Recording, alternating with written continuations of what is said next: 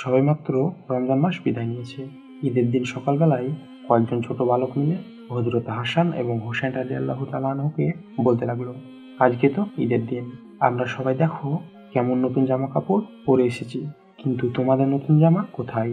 তোমরা তো দেখছি এখনো আগের পুরনো জামাই পরে আছো। তোমাদের কি নতুন জামা কাপড় নেই? তোমরা কেন ঈদের দিনে নতুন জামা কাপড় পরোনি? তখন খেলার সাথীদের এমন কথা শুনে হযরত হাসান এবং হুসাইন রাদিয়াল্লাহু তাআলা আনহু এক দৌড় দিয়ে তিনাদের বাড়িতে প্রবেশ করলো এবং আম্মাজান হযরত ফাতেমা রাদিয়াল্লাহু তাআলা আনহাকে খুঁজতে লাগলো এবং তারা দুজনেই বলতে লাগলো, আম্মা আম্মা, আজকে তো আমাদের ঈদের দিন, বাইরে আমাদের বন্ধুরা আমাদের জন্য দাঁড়িয়ে আছে, আমরা আমাদের বন্ধুদের সঙ্গে ঈদের নামাজ আদায় করতে যাব। আম্মা, আমাদের নতুন জামা কাপড় কোথায়? আপনি আমাদেরকে এখনই নতুন জামা কাপড় পরিয়ে সাজগোজ করে দিন।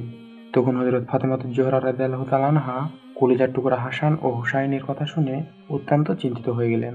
ছোট শিশু হযরত হাসান এবং হুসাইনের মুখে বারবার এমন কথা শুনে মা ফাতেমা তাদেরকে সান্ত্বনা দিয়ে বললেন, আমার সোনামণিরা, তোমরা এখনো তো গোসল করনি, তোমাদের জামা কাপড় দর্জির দোকানে রয়ে গেছে, সেগুলো তৈরি হলেই তোমাদেরকে আমি সেগুলো পরিয়ে সুগন্ধি মাখিয়ে ঈদের নামাজের জন্য প্রস্তুত করে দেব। এখন তোমরা গিয়ে প্রথমে গোসল করে এসো। মায়ের মুখে এ কথা শুনে হাসান এবং হুসাইন দুই ভাই মিলে খুশিতে নাচতে নাচতে গোসল করতে গেলেন।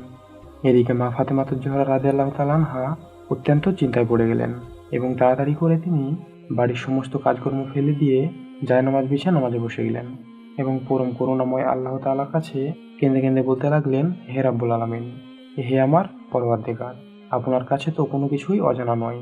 হে আমার রব, এখন আমি কি করব? আমি তো আমার সন্তানদেরকে শুধু মিথ্যা সান্ত্বনা দিয়েছি মাত্র। আমি আমার সোনামণিদেরকে বলেছি তারা গোসল করে আসলে তাদেরকে আমি নতুন জামা কাপড় পরিয়ে সুগন্ধি মাখিয়ে দেব, কিন্তু হে আমার প্রতিপালক, তারা যদি গোসল করে এসে নতুন জামা কাপড় না পায়, তখন আমি তাদেরকে কি জবাব দেব? মা হয়ে আমি তো আমার কলেজার টুকরো সন্তানদের কাছে মিথ্যা প্রতিপন্ন হয়ে যাব। হে আমার আল্লাহ, আপনি আমাকে এই বিপদ থেকে রক্ষা করুন। আপনি ছাড়া আমাকে এই বিপদ থেকে আর কে রক্ষা করবে? হযরত ফাতেমাতুজ জোহরা রাদিয়াল্লাহু তাআলা আনহা এই কথা বলে সিজদায় আল্লাহ তাআলার কাছে কান্না করতে লাগলেন। আল্লাহ তাআলা তখন তিনার এই ফরিয়াদ আর সহ্য করতে পারলেন না, তাই তিনি অতি সত্বর হযরত জিবরাইল আলাইহিস সালামকে তিনার সাহায্যের জন্য পাঠিয়ে দিলেন। হযরত ফাতেমাতুজ জোহরা রাদিয়াল্লাহু তাআলা আনহা যখন এসব বলে আল্লাহর দরবারে ফরিয়াদ করছিলেন, এমন সময় তিনি দেখতে পেলেন হযরত হাসান এবং হুসাইন তাদের গোসল সেরে নতুন জামা কাপড় হাতে নিয়ে ঘরে ঢুকছে।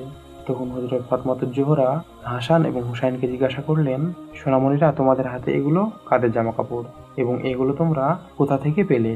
তখন দুই ভাই একসাথে জবাব দিল, আম্মা, আমরা গোসল শেষ করে যখন বাড়ির দিকে রওনা করছিলাম, তখন একজন অজ্ঞাত লোক এসে আমাদেরকে বলল, হাসান ও হুসাইন, তোমরা একটু দাঁড়াও। তিনি তার পরিচয় দিয়ে বললেন, আমি দর্জি এসেছি, তোমাদের জন্য দোকান থেকে নতুন জামা কাপড় নিয়ে এসেছি, এই নাও তোমাদের নতুন জামা কাপড়। এই বলে সেই ব্যক্তি আমাদেরকে এই নতুন তৈরি হওয়া পোশাকগুলো দিয়ে সেই ব্যক্তি বিদায় নিল। তখন জামা কাপড়গুলো দেখার সঙ্গে সঙ্গে হযরত ফাতেমাতুজ জোহরা রাদিয়াল্লাহু তাআলা আনহা বুঝতে পারলেন, তিনার দোয়ার কারণেই আল্লাহ তাআলা জান্নাত থেকে এই নতুন পোশাকগুলো হযরত জিবরাইল ফেরেশতার মাধ্যমে হাসান ও হুসাইনের জন্য পাঠিয়েছেন। তাই তিনি আল্লাহর দরবারে শুকরিয়া আদায় করতে লাগলেন এবং আল্লাহর দরবারে দোয়া করে বললেন, হে আল্লাহ, তোমার মহিমা বোঝা বড় দায়, তুমি আমার প্রতি যে অনুগ্রহ করেছো তার শুকরিয়া আমি তোমার দরবারে কিভাবে আদায় করব জানি না। শুধু এইটুকু বলতে পারি, তুমি মহান করুণাময়, রহম কর্নেওয়ালা আল্লাহ তাআলা। ঠিক এর কিছুক্ষণ পর হযরত আলী রাদিয়াল্লাহু তাআলা আনহু দরজায় কড়া নাড়লেন। তখন ফাতেমাতুজ জোহরা গেট খুলতেই তিনি ঘরের ভিতরে প্রবেশ করলেন। যখন তিনার দুই সন্তান হযরত হাসান এবং হুসাইনের গায়ে সুন্দর কারুকার্য খচিত নতুন জামা কাপড় দেখলেন, তখন তিনি অবাক হয়ে গেলেন এবং জিজ্ঞেস করলেন, তোমরা এত সুন্দর জামা কাপড় কোথায় পেয়েছো, যার সুমধুর সুঘ্রাণে মন প্রাণ মোহিত হয়ে যাচ্ছে? এই জামা কাপড়গুলো তো কিনে দেওয়ার সামর্থ্য আমার নেই, তবে কি তোমাদের মা তোমাদেরকে জামা কাপড়গুলো দিয়েছেন? তখন হযরত ফাতেমাতুজ জোহরা রাদিয়াল্লাহু তাআলা আনহা হযরত আলীর কাছে ঘটে যাওয়া সমস্ত ঘটনা বর্ণনা করলেন এবং হযরত আলীকে মা ফাতেমা বললেন, নিশ্চয় তিনি আল্লাহ তাআলার কোনো ফেরেশতা ছিলেন, যিনি নবী কন্যা ফাতেমার দোয়া কবুল করেছেন এবং আকাশ থেকে ফেরেশতার মাধ্যমে হযরত হাসান এবং হুসাইনের জন্য বেহেশতের জামা কাপড় পাঠিয়েছেন। এরপর হাসান ও হুসাইন রাদিয়াল্লাহু তাআলা আনহু সেই নতুন জামা কাপড় পরে মনের আনন্দে ঈদ উল ফিতরের নামাজ আদায় করলেন। কতই না সুন্দর ছিল সেই ঘটনা।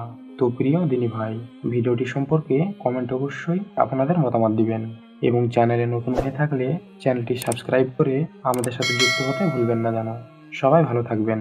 আসসালামু আলাইকুম ওয়া রাহমাতুল্লাহি ওয়া বারাকাতুহু।